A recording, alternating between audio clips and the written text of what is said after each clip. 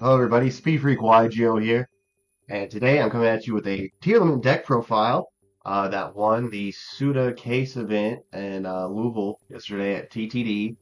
I went 7-1 overall, undefeated in top 8, uh, and I'm just going to go through this list. I'll kind of explain my experience and stuff like that. I hadn't really played since November at the last Case event where we all split for top 8. This time we weren't allowed to split, so we had to play it out, and I came out on top. To my surprise, a little bit because I hadn't played this format at all. I had to read Ryzeal cards in person. I didn't see any Malice, but I had to read Mitsuguri cards, which I believe are a little bit harder to read than Malice cards would be. A lot going on. So I'll get started with the main deck. Uh, 3 Rhinoheart,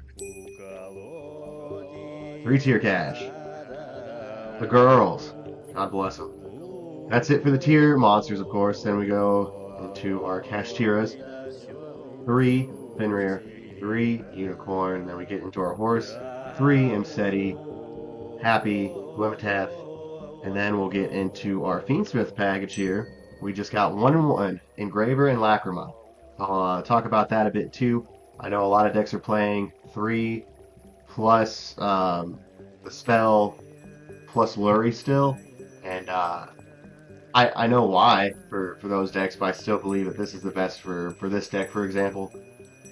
And then we have Medora and Keldo, and then we have our trusty Tortoise. Man, we see him a lot in a 60 card deck, but there he is. That's the monsters.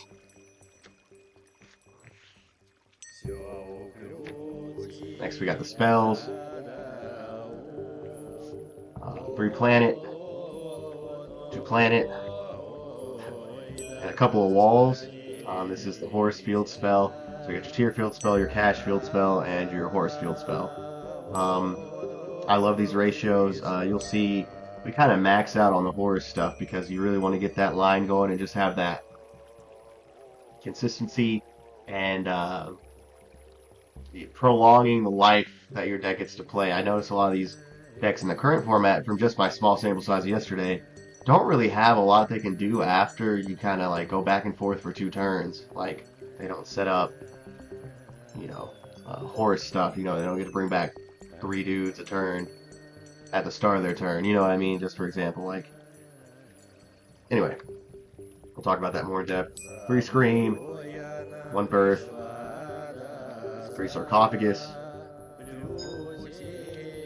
3 Talents, 3 Thrust, 3 Goods, your one-ofs, Terraforming, Called By, and that Grass. I activated Grass maybe 3 times during the entire event. Once was twice in 1 turn because it got banished, and a Happy was able to bring it back, so I got to immediately activate it again because it's not a once per turn. For our traps, we have 2 sullieks, 1 Meta Noise, 2 Bridges, 2 Trivies, and the Blackout Lapse. I think this is correct.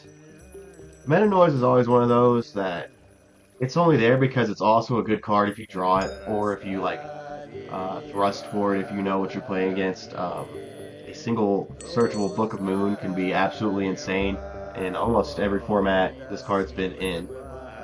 Next we'll go to the extra deck. It's not organized, so excuse me. We'll start off with the links. SP, Sprint, the Fiendsmith sequence, Moon of the Closed Heaven. This card, I'm telling you, Underworld Goddess of the Closed World, you have to put it in your deck. If you're not playing it, you need to. You'll understand after you use this effect and then go into this with 2 of their cards, and they're like, what? And nothing gets to activate because it's a link summon. Requiem, and that's it for the links.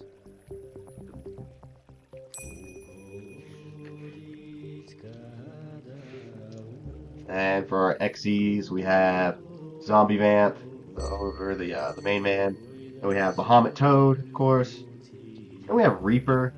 I think I might have made Reaper once or twice at this event. It's always one of those cards.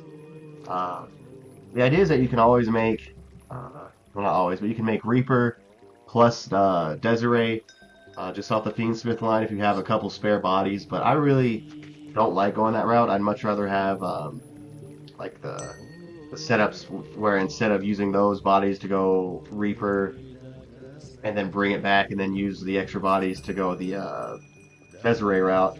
I just like going Desiree and then normally going Sprint and being able to like set up tier traps and stuff by like popping my own Kaleido Heart with the planet and then setting up whatever trap, for example, then getting to repeat that, which means you get to use the trap, the Kaleido Heart, bounce, and then new fusion, which would normally be Drago Stapelia, so you get 3 interactions off that, plus the, I don't know if I just mentioned it because I'm a little out of my head right now, but like the planet pop too. So, yeah. But you can, if you're in bad straits, normally you have to make Reaper sometimes, and that's just is what it is, but I was never really in that position. Now for the fusions. Desiree, Princess, and then the big 3 here. Swamp, Kaleido Heart, and Drago Stapelia. I love all these cards. Necro Quip is just there for the 6 route for Pilgrim, and for Grave setup to have a Dark Fusion in Grave. To make like Drago or to make Mud Dragon. You can kind of figure out what you need in your Grave, and this is a Dark, and you know you can just make it whenever if you have the Fiendsmith line. Then for the side, we got 3 Pirellia, 3 Pool-Wasp, Scattershot. I didn't see any of these cards. I normal summoned a Scattershot against a hero player that had me under Angel and Dark Law and lost, but he did have to pop it, and it did give him 500 damage. But the only side card we really saw today was, or yesterday, was Evenly Matched. We saw it a couple of times. It was really good. Actually, we saw also 1 Droplet. We saw Evenly Droplet 1 time. But we have the 3 Evenly, the Crime, and then 3 Droplet, and a Heartbeat. Heartbeat nor Crime came up at all.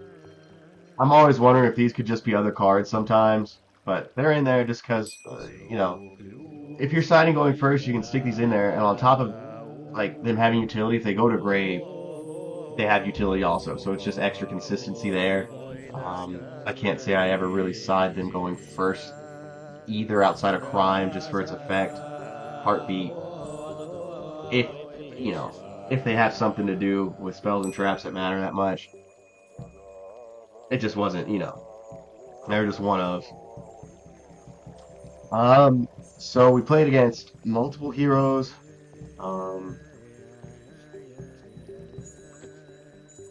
Multiple Ryzeal decks. We played against Ryzeal Mitsuguri, Ryzeal Fiendsmith.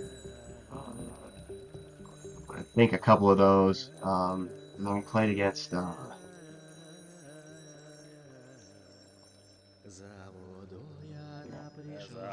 Fiendsmith. The Lordly Load deck with the new dragon that it got. It was Fiendsmith, Lordly Load, Primite, that's what it's called, Primite, dragons. So like Bystials, Primite, stuff. Anyway, I'll have a discussion about that in the comments and stuff if people want to chat about it. But there is the deck list.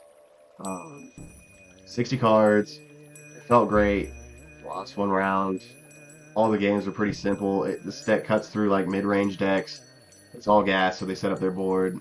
And they're really depending on their hand traps because like the setups for Ryzeal and stuff like that aren't going to do enough. I just lost to Dark Law Angel really for the hero matchup. Yeah, Speak for Guagio out. Format seems kind of easy, dude. Just play tier.